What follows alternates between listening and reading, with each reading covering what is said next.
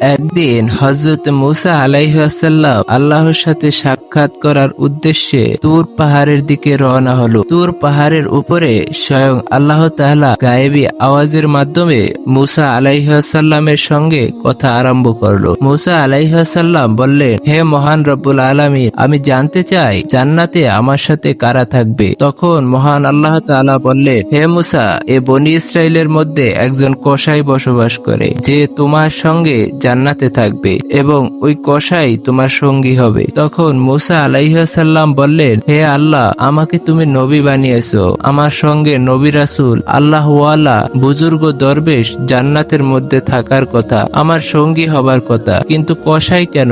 আল্লাহ রাব্বুল আলামিন, দয়া করে আপনি আমাকে সেই কসাইয়ের ঠিকানা বলে দিন, আমি যেন দেখে আসতে পারি সেই কসাই কি এমন আমল করে যে আমলের কারণে সে আমার সাথে জান্নাতে থাকবে এবং আমার সাথে জান্নাতি সঙ্গী হবে। তখন মহান রব্বুল আলামিন বললেন, হে মুসা, আজকে তুমি বাড়ি ফিরে যাও, কিছুদিন পর আমি তোমাকে ডেকে নেব এবং আমি তোমাকে সেই কসাইয়ের ঠিকানা বলে দেব। তখন মুসা আলাইহিসসালাম মহান রব্বুল আলামিনের এই কথা শোনার পরে বাড়িতে ফিরে গেলেন। এভাবে বেশ কিছুদিন চলে গেল। একদিন হযরত মুসা আলাইহিসসালাম কোথাও সফরের উদ্দেশ্যে রওনা দিল। যখন তিনি রাস্তা দিয়ে যাচ্ছিলেন তখন তিনি দেখলেন একজন মহিলা কান্নারত অবস্থায় দাঁড়িয়ে আছে। মহিলাটি যখন মুসা আলাইহিসসালামকে দেখা মাত্র তার কাছে আসলো এবং বলল, হে আল্লাহর নবী মুসা, আপনি কি এখন আল্লাহর সঙ্গে কথা বলার জন্য তুর পাহাড়ে যাচ্ছেন? যদি আপনি তুর পাহাড়ে যান তাহলে আপনি আল্লাহর কাছে আমার বিষয়ে অবশ্যই বলবে। মহান আল্লাহ তাআলা কেন আমাকে কোনো সন্তান সন্ততি দান করেন নাই? আমার বিবাহের কয়েক বছর হয়ে গেল, তবুও এখনো পর্যন্ত আমি কোনো সন্তানের মা হতে পারিনি। আল্লাহ তাআলা কি কখনো আমাকে মা হওয়ার ভাগ্য রাখেনি, নাকি আমার কোনো ভুলের কারণে আল্লাহ তাআলা আমার কোনো সন্তান সন্ততি দান করেন নাই? তখন মুসা আলাইহিসসালাম বললেন, আচ্ছা ঠিক আছে, আমি আল্লাহর কাছে জিজ্ঞাসা করব। এবং মহিলাটি সেখান থেকে চলে গেল। তখন মুসা আলাইহিসসালাম মহিলাটির প্রশ্ন শুনে একটু অবাক হলেন, তাই তিনি আর কোথাও সফর করলেন না এবং তিনি আল্লাহ তাআলার সাথে সাক্ষাৎ লাভের উদ্দেশ্যে আবারও তুর পাহাড়ের দিকে রওনা হলো। তুর পাহাড়ে উপরে গিয়ে মুসা আলাইহিসসালাম আল্লাহর কাছে প্রশ্ন করলো, হে রব্বুল আলামিন, আমি আসার পথে একজন মহিলাকে কান্নারত অবস্থায় দেখতে পেলাম। তিনি আমাকে প্রশ্ন করেছিল, আমার বিবাহের অনেক বছর হয়ে গেল, তবুও কেন আমার কোনো সন্তান সন্ততি হয়নি? তখন মহান রব্বুল আলামিন হযরতে মুসা আলাইহিসসালামের এক গায়েবী আওয়াজের মাধ্যমে হযরতে মুসা আলাইহিসসালামের জবাবে বললেন, হে মুসা, তুমি বলে দিও সেই মহিলাকে সেই মহিলার ভাগ্যে কোনো সন্তান সন্ততি দান করা হয়নি, তাই মহিলাটি বিয়ের এত বছর হয়ে গেল তবুও সে মা হতে পারেনি। অতঃপর হযরত মুসা আলাইহিসসালাম এই প্রশ্নের উত্তর পেয়ে বাড়ির দিকে রওনা হলো। বাড়িতে আসার পথে মহিলাটির কথা মনে পড়লো, তাই বাড়িতে না গিয়ে সেই মহিলাটির বাড়িতে গেল। তখন মহিলাটি মুসা আলাইহিসসালামকে দেখে অবাক হলেন এবং বললেন, হে আল্লাহর নবী, আপনি কি আল্লাহর কাছ থেকে উত্তর জেনে এসেছেন? মুসা আলাইহিসসালাম বললেন, হ্যাঁ, মহান আল্লাহ তাআলা বলেছেন তোমার ভাগ্যে কোনো সন্তান দান করা হয়নি, তাই তুমি মা হতে পারবে না। একথা শোনার পর মহিলাটি অশ্রু জলে ভরে গেল এবং জোরে জোরে ক্রন্দন করতে লাগলো। অতঃপর হযরত মুসা আলাইহিসসালাম সেখান থেকে চলে গেল। এই ঘটনা ঘটার কিছুদিন পর একজন আল্লাহওয়ালা বুজুর্গ মুসাফির ওই মহিলাটির বাড়িতে গেল এবং বলল, বাড়িতে কি কেহ আছেন? আমাকে কিছু খাবার দান করুন, নিশ্চয় আল্লাহ তোমার নিয়ত পূর্ণ করবে। তারপর মহিলাটি ফকিরের এই কথা শুনে তাকে ঘরে আসতে দিল এবং ফকিরকে কিছু রুটি খেতে দিল। তখন মহিলাটি বলল, আপনি তো আল্লাহর ফকির, আপনি একটু আল্লাহর কাছে আমার জন্য দোয়া করবেন। আল্লাহ তাআলা আমাকে কোনো সন্তান দান করেননি, আল্লাহ তাআলা যেন আমাকে সন্তান দান করেন। অতঃপর ফকিরটি রুটি খাওয়ার পর দোয়া করে সেখান থেকে চলে গেল। এদিকে এই ঘটনার প্রায় কিছু বছর হয়ে গেল।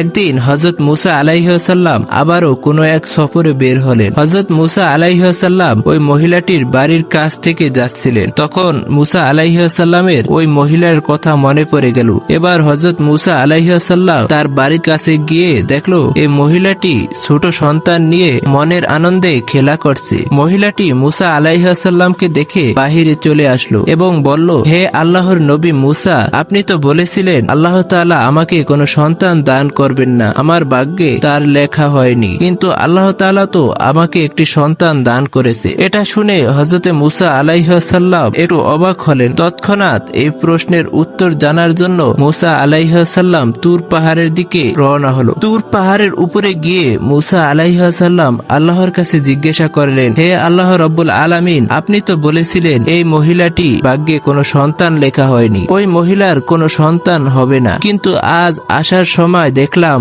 ওই মহিলার সন্তান রয়েছে এবং সে তাকে পেয়ে খুশি হয়েছে। এ ব্যাপারটি আমি বুঝতে পারিনি। তখন আল্লাহ তাআলা গায়েবী আওয়াজের মাধ্যমে মুসা আলাইহিসসালামকে বললেন, হে মুসা, তুমি কি এই প্রশ্নের উত্তর জানতে চাও? তাহলে একটি থালায় মানুষের শরীরের মাংস নিয়ে আসো, তারপরে এই প্রশ্নের উত্তর পাবে। হযরত মুসা আলাইহিসসালাম মহান আল্লাহ তাআলার এই হুকুম পাওয়ার পরে একটি থালা ও একটি ছুরি নিয়ে সমস্ত লোকের কাছে এসে বলল, হে আমার কওমের লোকেরা, মহান আল্লাহ তাআলা বলেছেন মানুষের শরীরের মাংস নিয়ে যেতে। আপনাদের মধ্যে কেউ কি এমন আছেন যে এই থালায় নিজের শরীরের মাংস কেটে দিবেন? হযরত মুসা আলাইহিসসালামের এই কথায় কেউই রাজি হলো না। অতঃপর সবাই সেখান থেকে একে একে চলে গেল। তখন হযরত মুসা আলাইহিসসালাম অত্যন্ত চিন্তিত এবং পেরেশান হয়ে এদিক ওদিক ঘুরছিল। হযরত মুসা আলাইহিসসালাম যখন মানুষের মাংস না পেয়ে বাড়ির দিকে ফিরে যাচ্ছিলেন, তখন হঠাৎ একজন বুজুর্গ ফকির তাকে ডেকে বলল, হে আল্লাহর নবী মুসা, তোমার কি হয়েছে? তোমাকে এত চিন্তিত এবং পেরেশান দেখাচ্ছে কেন? তখন মুসা আলাইহিসসালাম সেই ফকিরকে বলল, মহান রব্বুল আলামিন আমাকে মানুষের শরীরের মাংস নিয়ে যেতে বলেছে, কিন্তু কোনো মানুষই নিজের শরীরের মাংস কেটে দিতে রাজি হচ্ছে না, বরং সবাই মুখ ফিরিয়ে চলে গেল। তখন বুজুর্গ ফকির মুসা আলাইহিসসালামের মুখে এই কথা শোনা মাত্রই তার কাছ থেকে ছুরি নিয়ে নিজের শরীর থেকে একটু একটু করে মাংস কেটে হযরত মুসা আলাইহিসসালামের কাছে দিয়ে দিল এবং ওই বুজুর্গ ফকির সেখান থেকে চলে গেল। এটা দেখে হযরতে মুসা আলাইহিসসালাম ভীষণ অবাক হয়ে গেলেন। অতঃপর হযরত মুসা আলাইহিসসালাম ওই মানুষের মাংস নিয়ে আবার তুর পাহাড়ের উপরে গেল এবং গিয়ে বলল, হে মহান রব্বুল আলামিন, আমি মানুষের মাংস নিয়ে এসেছি, কিন্তু এই মাংস আনতে যার যার কাছে গিয়ে দিতে বলেছি সব মানুষই মুখ ফিরিয়ে চলে গেছে, কিন্তু শুধুমাত্র একজন বুজুর্গ ফকির আল্লাহর নাম শোনা মাত্রই তার শরীরের মাংস কেটে আমার কাছে দিয়ে দিল। তখন মহান রব্বুল আলামিন গায়েবী আওয়াজের মাধ্যমে হযরত মুসা আলাইহিসসালামকে বললেন, হে মুসা, এই মাংসের জন্য সব মানুষের কাছে যাওয়ার তো কোনো দরকার ছিল না, তুমি তো যথেষ্ট ছিলে। এরপর এর মাধ্যমে তুমি তোমার প্রশ্নের উত্তর পেয়ে গেছো। যে বুজুর্গ আল্লাহর নাম শোনা মাত্রই নিজের শরীরের মাংস কেটে দিয়েছে, ওই ফকিরটির দোয়া করার জন্যই সেই মহিলাটিকে আমি সন্তান দান করেছি। হে মুসা, যে ব্যক্তি আল্লাহর রাস্তায় সবকিছু উৎসর্গ করে দেয়, সবকিছু দান করে দেয়, আল্লাহ তাআলা তাকে সব দেয়, এমনকি লেখা ভাগ্যকেও পরিবর্তন করে দেয় শুধুমাত্র তার দোয়ার কারণে।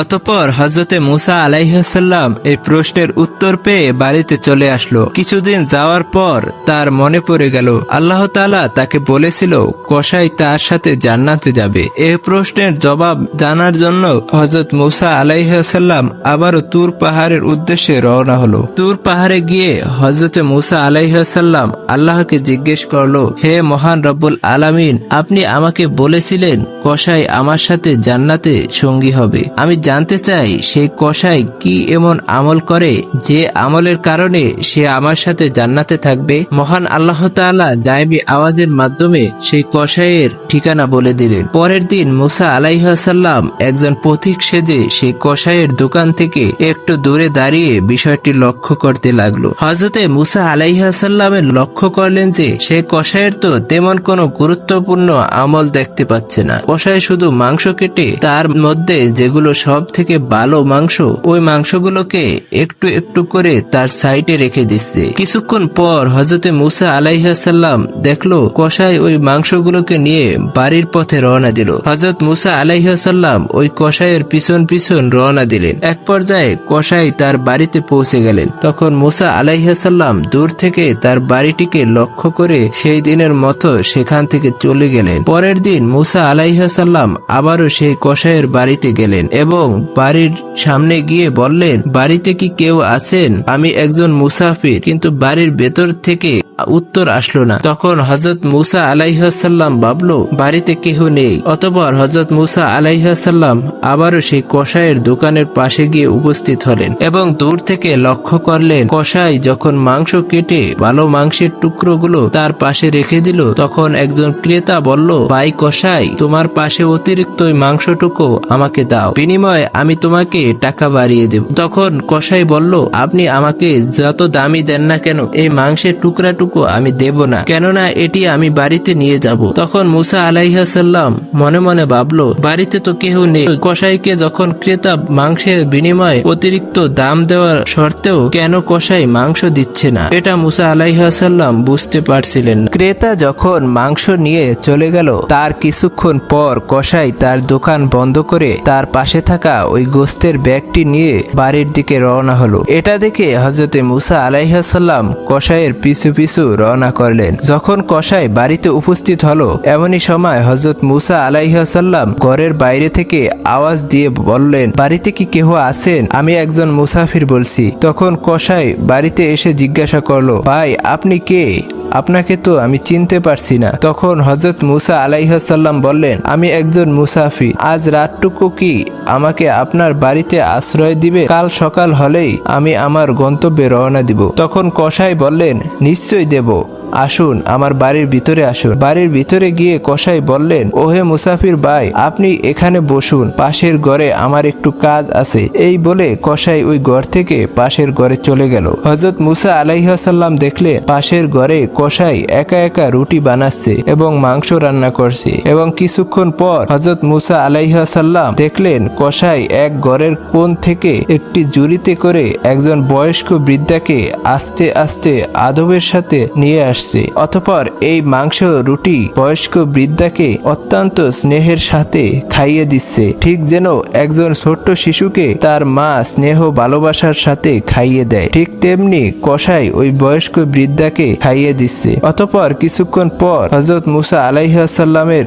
কাছে এসে বললেন, ওহে মুসাফির ভাই, এই নিন আপনার খাবার। আপনার খাবার দিতে আমার একটু দেরি হয়ে গেল, আসলে আমার একটু কাজ ছিল, এজন্যই আপনাকে আগে খাবার দিতে পারিনি। তখন হযরত মূসা আলাইহিসসালাম বললেন, এই বৃদ্ধা মহিলাটি কে? তখন কসাই বলল, এই বৃদ্ধা হচ্ছে আমার মা। আমার মা ছাড়া এই দুনিয়ায় আমার আর কেহ নেই। আমার মা বৃদ্ধা হয়ে গেছে, ভালো মতো চলাফেরা করতে পারে না, ভালো মতো খেতেও পারে না। তাই আমি প্রতিদিন দোকান থেকে ভালো ভালো নরম মাংসগুলো রেখে দেই এবং বাড়িতে এসে মাকে রান্না করে খাইয়ে দিই। এই কথা বলার পর কসাই সেখান থেকে চলে গেল। হযরত মূসা আলাইহিসসালাম কসাইয়ের মায়ের প্রতি এত ভালোবাসা দেখে মুগ্ধ হয়ে গেলেন। অতঃপর হযরত মূসা আলাইহিসসালাম পাশের ঘর থেকে লক্ষ্য করে দেখলেন তার বৃদ্ধা মা দুহাত তুলে আল্লাহর কাছে কান্না করে দোয়া করতেছে, ওগো আল্লাহ, তুমি রহমানুর রহিম, তুমি গফুরুর রহমান, তুমি সবই খবর রাখো আল্লাহ। আল্লাহ গো, আমার ছেলে কসাইয়ের খেদমতে আমি খুশি। মা হয়ে আমি তোমার দরবারে দুহাত তুলে বলছি, শুনেছি এই বনি ইসরাইলের মধ্যে সবচেয়ে বড় পয়গম্বর হচ্ছে মূসা আলাইহিসসালাম। হে আল্লাহ, তুমি দয়া করে মেহেরবানি করে আমার ছেলে কসাইকে হযরত মূসা আলাইহিসসালামের সাথে জান্নাতে দিয়ে দিও। অতঃপর হযরত মূসা আলাইহিসসালাম বাড়িতে না গিয়ে তুর পাহাড়ে গেলেন। তুর পাহাড়ের উপরে গিয়ে হযরত মূসা আলাইহিসসালাম বললেন, হে আল্লাহ, আমি কসাইয়ের বাড়িতে গিয়ে দেখলাম কসাই শুধুমাত্র তার মায়ের অতি ভক্তি ছাড়া আর কোনো কিছুই দেখতে পেলাম না। তখন এক গায়েবী আওয়াজের মাধ্যমে মহান রব্বুল আলামিন হযরত মূসা আলাইহিসসালামকে বললেন, হে মূসা, তুমি জেনে রাখো রাখো। যে আমলের কারণে কসাই তোমার সাথে জান্নাতে যাবে সেটা হলো তার মায়ের প্রতি অতি ভক্তি ও মায়ের সেবা করার কারণে। কসাইয়ের মা কান্না করে চোখের পানি ছেড়ে দিয়ে তার ছেলের জন্য প্রতিদিন দুহাত তুলে দোয়া করেছে কসাই যেন নবী মুসার সঙ্গে জান্নাতে যেতে পারে। আমি আল্লাহ তাআলা কখনো মায়ের দোয়া ফেরত দেই না। হে মুসা, কসাইয়ের আসল আমল হলো তার মায়ের খেদমত, যার কারণে কসাই তোমার সাথে জান্নাতে যাবে। দর্শক, এই হলো আজকের ভিডিও। আল্লাহ তাআলা যেন আমাদেরকে মায়ের খেদমত করে জান্নাতে যাওয়ার তৌফিক দান করুক, আমিন। ভিডিওটি ভালো লাগলে চ্যানেলটি সাবস্ক্রাইব করে দিবেন।